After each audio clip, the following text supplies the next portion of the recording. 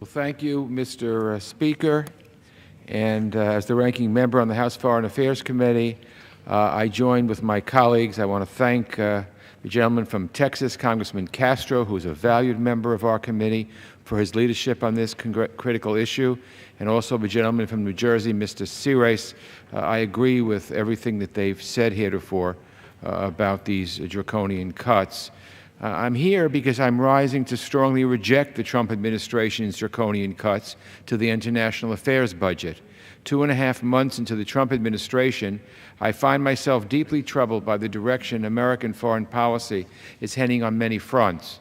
But I was particularly shocked when the White House released its fiscal year 2018 budget, calling for a 31% cut to American diplomacy and development efforts.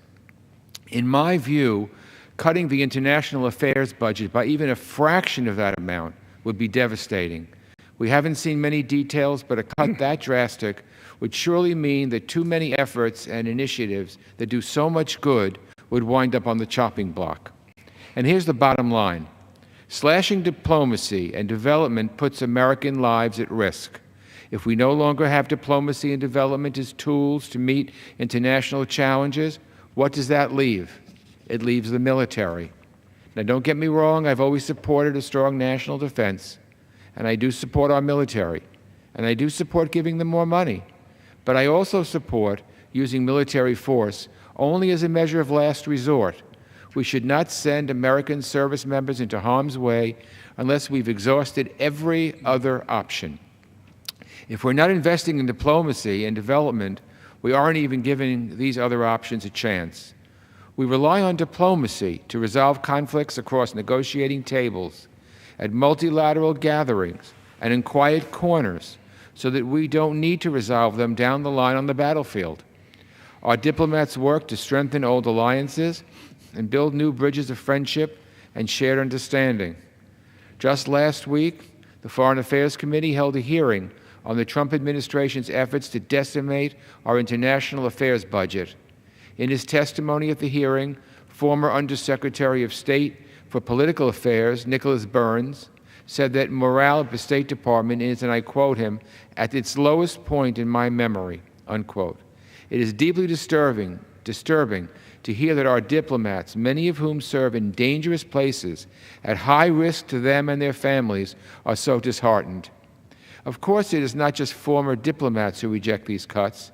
A recent letter signed by more than 120 retired generals and admirals to House and Senate leadership said, and I quote, "We urge you to ensure that resources for the international affairs budget keep pace with the growing global threats and opportunities we face. Now is not the time to retreat," unquote.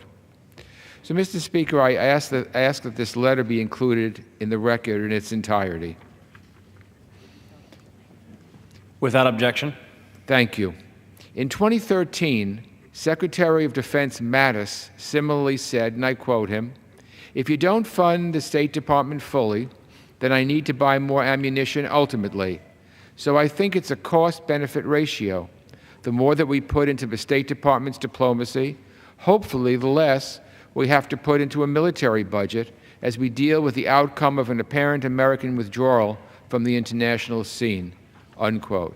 That's from Secretary of Defense Mattis. I couldn't agree with him more. Now I believe that development helps to lift countries and communities up today so they can become strong partners on the global stage tomorrow. A lot of us think we have a moral obligation to help cure disease, improve access to education, and advance human rights. But even if it were not the right thing to do, it would be the smart thing to do, because those efforts lead to greater stability. More responsive governments and stronger rule of law, populations that share our values and priorities, poverty and lack of opportunity, on the other hand, provide fertile ground for those who mean us harm. All these efforts, by the way, cost cents on the dollar compared to military engagement. People think international affairs and foreign aid are a massive chunk of the federal budget. But the chart right over here next to me shows how it actually stacks up. 1.4%. And we make that sliver of the pie even smaller. If we do that, it will come back on us in spades. 1.4% of our federal budget goes to all these programs.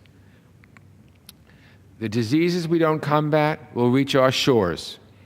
The communities on which we turn our backs may be the next generation of people who mean us harm. And the conflicts we fail to diffuse may well grow into the wars we need to fight later, at a much higher cost in terms of American blood and treasure. Just imagine having to tell the parents of a young American soldier that their son or daughter was killed in battle because we weren't willing to spend the tiny sums needed to prevent the conflict. So finally, let me say that the American people don't want to see us slash diplomacy and development. In fact, recent data shows that 72% of Americans believe the country should play a leading global role.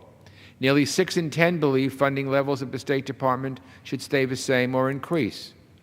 Fortunately, the Congress is a co-equal branch of government. I want to remind that to the executive branch. We in Congress decide how much to invest in our international affairs, not the White House.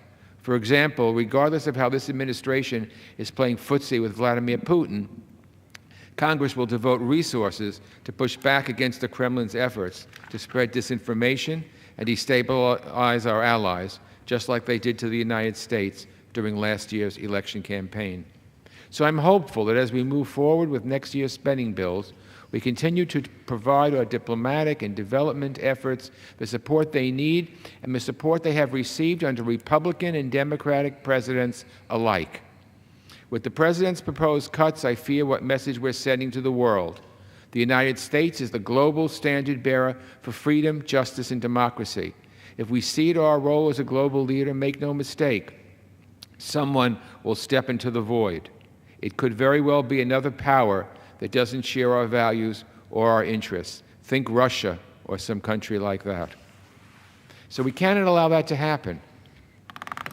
I'm committed to ensuring it doesn't, and I look forward to working with my colleagues on both sides of the aisle to firmly reject President Trump's cuts. Thank you, Mr. Speaker, and thank the gentleman from Texas. Thank you, Congressman